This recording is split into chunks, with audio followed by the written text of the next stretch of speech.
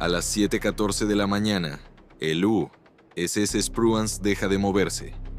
No reduce la velocidad. No cambia el rumbo. Se detiene en mitad del estrecho de Hormuz, a 8 kilómetros de la costa norte de Irán, en las aguas más peligrosas del planeta, durante el segundo día del bloqueo estadounidense a los puertos iraníes. El destructor había abandonado su posición de patrulla estándar a las 6:47 para interceptar un carguero iraní que intentaba romper el bloqueo. Ahora está inmóvil, con los motores apagados y 3 compartimentos inundándose al mismo tiempo. A bordo del Abraham Lincoln, a 340 kilómetros de distancia, nadie lo sabe todavía. Nadie viene en camino. Estás a bordo del USS Spruance. La costa iraní está a 8 kilómetros al norte. El barco se está hundiendo. Y acabas de comprender que lo que detuvo al Spruance no fue un proyectil disparado contra él. Era algo que lo estaba esperando. Para entender lo que ocurrió a las 7:14, hay que saber qué había en el fondo del estrecho de Hormuz antes de que el Spruance llegara hasta allí. Porque no fue un misil, no fue un torpedo, no fue ningún arma que Irán lanzara esa mañana, ni ninguna otra durante los 46 días de guerra. Era una mina naval. Concretamente, una mina de influencia por presión, un arma que no detona al contacto. Se posa en el lecho marino y espera. Mide el cambio en la presión del agua provocado por un buque de gran tamaño que pasa por encima. Cuando ese cambio de presión alcanza un umbral específico, el umbral de un barco lo suficientemente pesado como para merecer ser destruido, dispara hacia arriba. No contra el casco, contra la columna de agua bajo la quilla. La explosión no perfora el acero. Genera una onda de choque que viaja a través del agua y golpea la quilla desde abajo con una fuerza que ningún blindaje fue diseñado para absorber desde esa dirección. La quilla del Spruance absorbió ese impacto a las 7:14. La explosión no sonó fuerte, no desde el interior del barco, no de la manera en que la tripulación esperaba que sonara una explosión.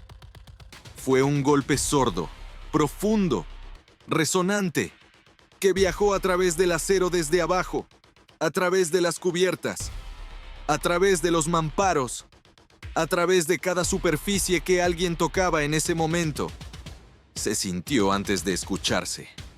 El tipo de impacto que le dice a todos los que están a bordo de forma simultánea y sin palabras que algo le ha pasado al propio barco y no a algo que estuviera cerca de él. 3 compartimentos en la sección delantera comenzaron a inundarse en 90 segundos.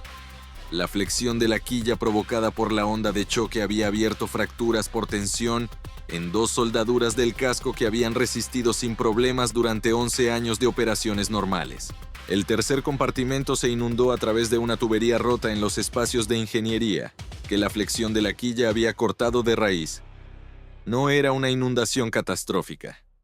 No del tipo que hunde un barco en minutos. Del tipo que te da tiempo.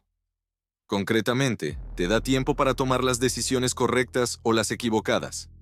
Y el resultado depende por completo de cuál de las dos tomes. La teniente comandante Rachel Kim es la oficial de control de daños del Spruance. Tenía la evaluación de inundación en su panel en 3 segundos tras la detonación. 3 compartimentos. Tasa combinada de inundación. 280 litros por segundo. El umbral crítico, el punto en que el agua alcanzaría el mamparo de la sala de máquinas principal y comenzaría a comprometer la propulsión, estaba a 14 minutos de distancia al ritmo actual. 14 minutos. El Spruance estaba a 8 kilómetros de la costa norte iraní. El Abraham Lincoln, a 340 kilómetros. El buque aliado más cercano estaba a 22 kilómetros por detrás, en la entrada sur del estrecho. A velocidad máxima, tardaría 18 minutos en llegar. La matemática era brutal. La ayuda arribaría 4 minutos después de que el barco perdiera la propulsión. Kim comenzó a trabajar el problema. La respuesta estándar de control de daños ante una inundación del casco es el aislamiento secuencial de compartimentos. Sellar los espacios comprometidos, activar las bombas de emergencia, evaluar la integridad estructural y solicitar asistencia. Kim tenía la secuencia de aislamiento en marcha 90 segundos después de la detonación. 2 de los 3 compartimentos sellaron sin problemas. El tercero, el que tenía la tubería rota en los espacios de ingeniería, no podía sellarse por completo porque la rotura se había producido en una posición que impedía el cierre total de la válvula de aislamiento de emergencia. La válvula solo cerraba al 80%. No era suficiente. El agua seguía entrando a través del 20% restante. Con ese 80% de aislamiento, la tasa de inundación en el compartimento 3 cayó de 140 litros por segundo a 31. La tasa total en los 3 espacios quedó en 171 litros por segundo. El tiempo hasta el umbral crítico se extendió de 14 a 19 minutos. Kim transmitió su evaluación de daños al Centro de Información de Combate a las 7:16. Inundación contenida en 3 compartimentos. Aislamiento al 80% efectivo en el compartimento 3. 19 minutos hasta el umbral crítico.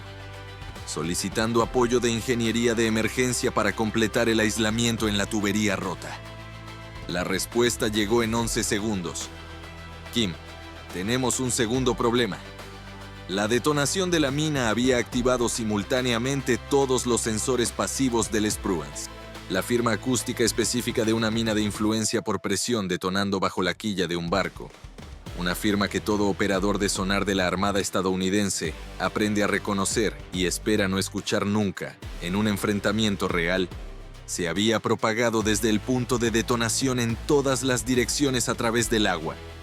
El sonar montado en el casco del Spruance la había registrado con precisión y el operador de sonar, el suboficial de primera clase James Okafor, llevaba 2 minutos mirando fijamente su pantalla. Había encontrado algo en esa grabación que no podía explicar y del que no podía dejar de pensar. La firma acústica de la mina era incorrecta. No incorrecta en el sentido de inusual para una mina. Incorrecta en el sentido de incompatible con cualquier mina militar iraní presente en la biblioteca de amenazas. Las características del fusible de presión, la firma del compuesto explosivo, la resonancia de la carcasa.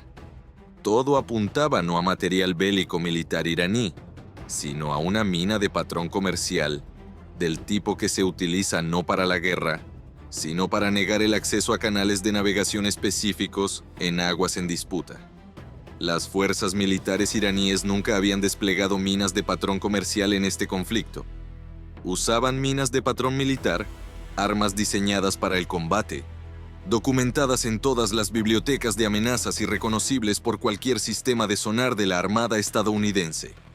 Una mina de patrón comercial en el canal de navegación del Estrecho de Hormuz significaba una cosa muy concreta, algo que Okafor había estado intentando articular durante 2 minutos y que Kim comprendió en el instante en que el Centro de Información de Combate se lo comunicó. Esta mina no había sido colocada para atacar buques de guerra estadounidenses. Había sido colocada para destruir tráfico comercial después de que cualquier acuerdo de paz reabriera el estrecho. Irán había estado minando el canal de navegación de posguerra durante el alto el fuego. No el corredor de tránsito militar, sino el canal comercial. La ruta que utilizaría cada petrolero y cada carguero en el momento en que el estrecho volviera a abrirse al comercio internacional. Mientras el mundo seguía las conversaciones de Islamabad con la esperanza de alcanzar la paz, los activos iraníes de colocación de minas habían sembrado el canal comercial con minas de patrón civil, diseñadas específicamente para detonar bajo el casco de un petrolero cargado. El Spruance había cruzado desde el corredor de tránsito militar hacia el canal comercial durante su maniobra de interceptación del carguero iraní a las 6:47. Lo había hecho sin saber que el canal comercial existía como un campo de minas independiente.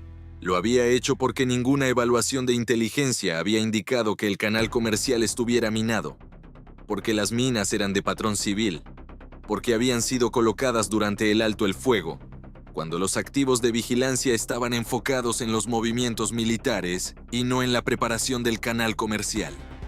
El Spruance no había caído en una trampa. Había entrado por accidente en una trampa que nunca estaba destinada a él. lo que significaba que la trampa seguía allí. Cada mina que aún no había detonado seguía posada en el lecho marino del canal comercial, en un patrón que nadie había trazado y nadie había detectado, y que se extendía a una distancia desconocida en una dirección desconocida bajo aguas que 230 petroleros cargados esperaban transitar en el momento en que cualquier acuerdo de paz abriera el estrecho. Kim miró el panel de inundación. 17 minutos hasta el umbral crítico. A 20 kilómetros del buque aliado más cercano, la costa iraní, a 8 kilómetros. Cogió el circuito hacia el centro de información de combate y siguió trabajando los dos problemas al mismo tiempo. La tubería rota en el compartimento 3. El equipo de ingeniería había llegado hasta ella a las 7:19 y había comprobado que la rotura se había producido en una posición que hacía imposible la sustitución estándar sin vaciar primero el compartimento.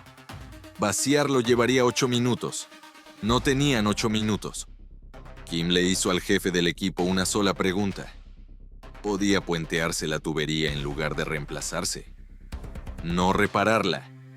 Puentearla. Podían redirigir el flujo alrededor de la sección rota usando empalmes de emergencia y crear un trayecto sellado contra el que la válvula de aislamiento pudiera cerrarse por completo. El jefe del equipo examinó la geometría del compartimento durante 11 segundos. Luego dijo que sí. Tardaría 6 minutos. Kim lo autorizó y volvió a los datos de la detonación. Okafor le había enviado la grabación acústica completa de la detonación. Llevaba 4 minutos analizándola mientras el equipo de ingeniería trabajaba en el bypass de la tubería. Los datos de propagación de la onda de presión eran la clave.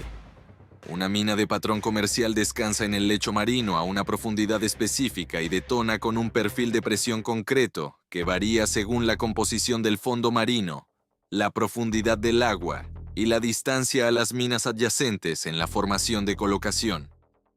Los patrones de reflexión del fondo marino en la grabación de Okafor rebotaban contra algo, contra múltiples objetos, a intervalos regulares en una dirección que se extendía hacia el noreste desde el punto de detonación, hacia el corredor de entrada estándar del canal comercial. Intervalos regulares.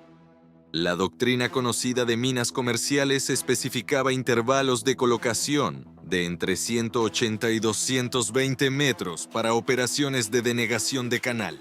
El patrón de reflexión era compatible con una separación de 200 metros. Kim trazó los rumbos de reflexión contra la geometría conocida del corredor del canal comercial y obtuvo 11 posiciones de contacto adicionales. 11 minas colocadas en línea recta a lo largo del corredor de aproximación principal del canal comercial, extendiéndose 2 kilómetros y 200 metros al noreste de la posición actual del Spruance. A las 7:23, el equipo de ingeniería completó el bypass en la tubería rota. La válvula de aislamiento cerró al 97%. La tasa de inundación en el compartimento 3 cayó a 4 litros por segundo. La tasa total en los 3 espacios bajó a 45 litros por segundo. El tiempo hasta el umbral crítico se extendió a 41 minutos. El Spruance ya no se estaba hundiendo. Kim transmitió los datos de posición de las minas.